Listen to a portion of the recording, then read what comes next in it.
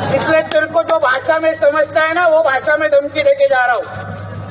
हमारे रामगिरी महाराज के खिलाफ अगर कुछ भी मस्ती तुम लोग ने किसने भी की तो तुम्हारे मस्जिदों के अंदर आके चुन चुन के मारेंगे, इतना ध्यान में रखो। कायम आमच्यावर केस होत नाही, चिंता करू नका, आमचं राज्य आहे। मैं हाजी अराफत शेख, भारतीय जनता पार्टी का एक पदाधिकारी।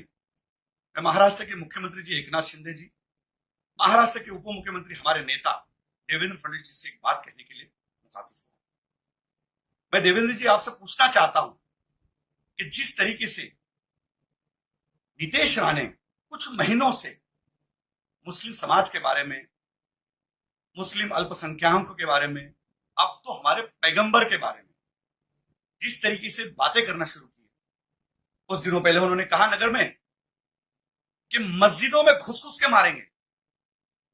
अभी हम मस्जिदों में जब जाते हैं तो लोग हमारी तरफ देखते हैं कि हाजी अराफत शेख आ रहा है, भारतीय जनता पार्टी का एक पदाधिकारी आ रहा है, इसके पीछे नीतीश राणे तो नहीं आ रहा है। हमारे पास जवाब नहीं है। मैं समझ नहीं सकता हूं ये कौन सा हिंदुत्व बताने की कोशिश कर रहे हैं, ये कौन सा हिंदुत्व समझाने की कोशिश कर रहे हैं। मैं भी मेरी जिंदगी हिंदुओं के साथ में रही, मेरा जीवन 25 साल, मेरे कई हजारों दोस्त हिंदुत्व है, कई हजारों दोस्त मेरे हिंदू है। मैं उनके दिवाली में जाता हूं, वो मेरे वहां रमजान में आते, मैं उनका सत्यनारायण की पूजा में जाता हूं, वो मेरे वहां बकरीद में आते हैं। कभी हमने देखा नहीं, कभी ऐसा महसूस नहीं हुआ कि वो हिंदू है और मैं मुसलमान हूं, और ये कहते हैं कि मस्जिद में घुस के मारेंगे। ये कहां का इंसाफ है, ये कहां की बात है, ये कौन सा हिंदुत्व है। मुझे लगता है कि नीतीश राणे को हिंदुत्व समझाना पड़ेगा, हिंदुत्व बताना पड़ेगा, इसको श्री राम का हिंदुत्व समझाना पड़ेगा, बाबा साहब अंबेडकर का हिंदुत्व समझाना पड़ेगा, माननीय बाला साहब ठाकरे का हिंदुत्व समझाना पड़ेगा। ये कौन से हिंदुत्व की बातें कर रहे हैं। मस्जिद में घुसेंगे और मारेंगे। आइए, कौन से वक्त में आएंगे। मैं कुरला में रहता हूं, फजर की नमाज में आएंगे, जोहर की नमाज में आएंगे, असर की नमाज में आएंगे, ईशा की नमाज में आएंगे, मगरिब की नमाज में कब आएंगे। आइए, हम आपका फूलों से स्वागत करेंगे। आइए, हम आपको बताएंगे मुसलमान क्या होता है, मुसलमानों की तरबियत क्या होती है। कभी कोई मुसलमान मौलाना ने श्री राम के बारे में नहीं कहा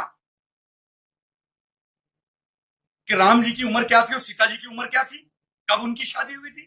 ऐसा कभी किसी मुसलमान मौलाना ने कहा, क्योंकि हमारे धर्म ने कभी नहीं सिखाया किसी के भगवान का अपमान करो, किसी धर्म का अपमान करो। ये कौन सा हिंदुत्व की बातें कर रहे, किस तरीके की बातें कर रहे। जब वो बोल रहे थे तो मैं देख रहा था कि उनसे बड़ा माइक था, उनके पैजामे से बड़ी उनकी जबान चल रही थी। छोटे बुल्ली के बच्चे, आपको समझना पड़ेगा, बटले डेनी, आपकी बकरी ऐसी आवाज, और आप कहते हैं कि मैं हिंदुओं का गब्बर हूं।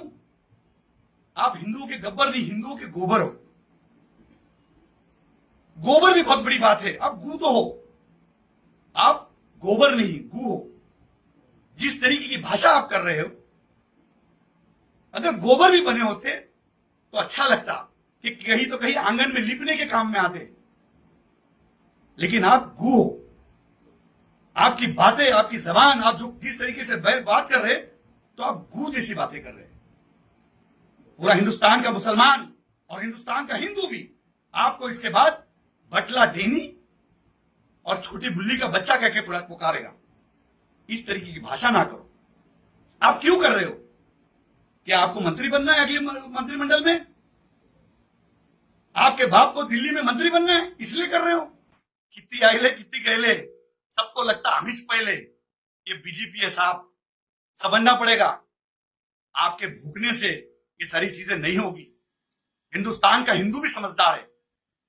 मुसलमान जिस तरीके से समझदार है, वैसा हिंदू भी समझदार है।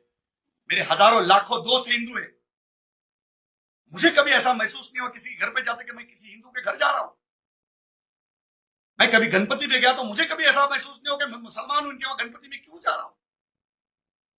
क्योंकि हमारे धर्म में सिखाया गया है कि तुम दूसरों के धर्मों की इज्जत करो।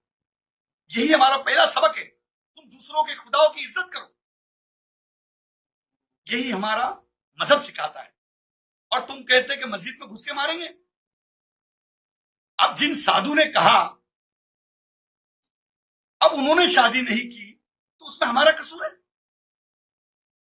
अब उनको नहीं पता कौन कितने साल की उम्र में शादी कर रहा है, किसकी कब शादी हो रही है। लेकिन हमारे पैगंबर के बारे में अगर इस तरीके की बात करेंगे तो ये ठीक बात नहीं है।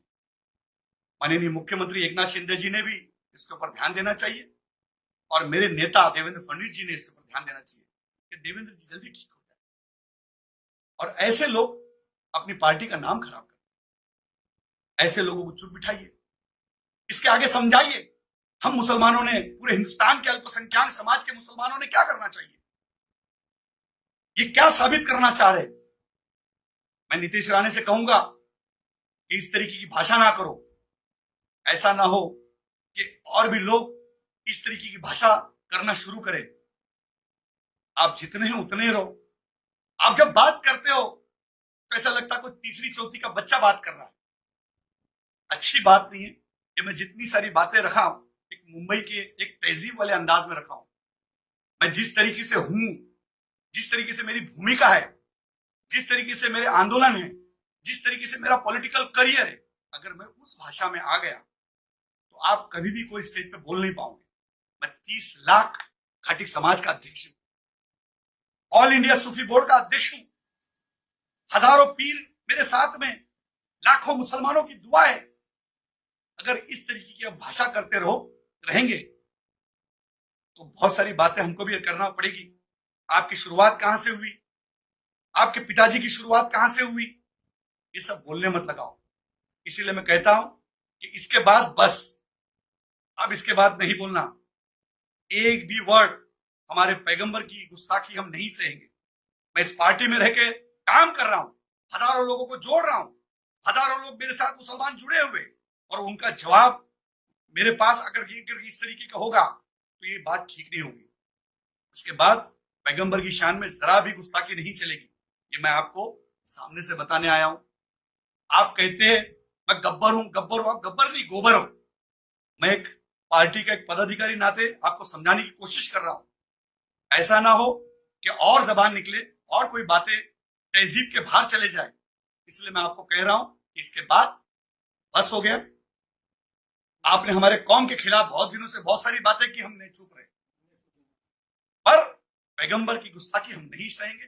मैं माननीय मुख्यमंत्री जी से कहूंगा, माननीय देवेंद्र जी से कहूंगा और मुंबई के अध्यक्ष मेरे दोस्त आशीष शेलार जी से कहूंगा कि आप इसे समझाइए, लगाम लगाइए। नहीं तो बहुत सारी चीजें लगाम लगाने हमें भी आती है। इतनी बात आपके सामने रखूंगा, बाकी की बात ब्रेक के बाद। जय हिंद, जय महाराष्ट्र, खुदा।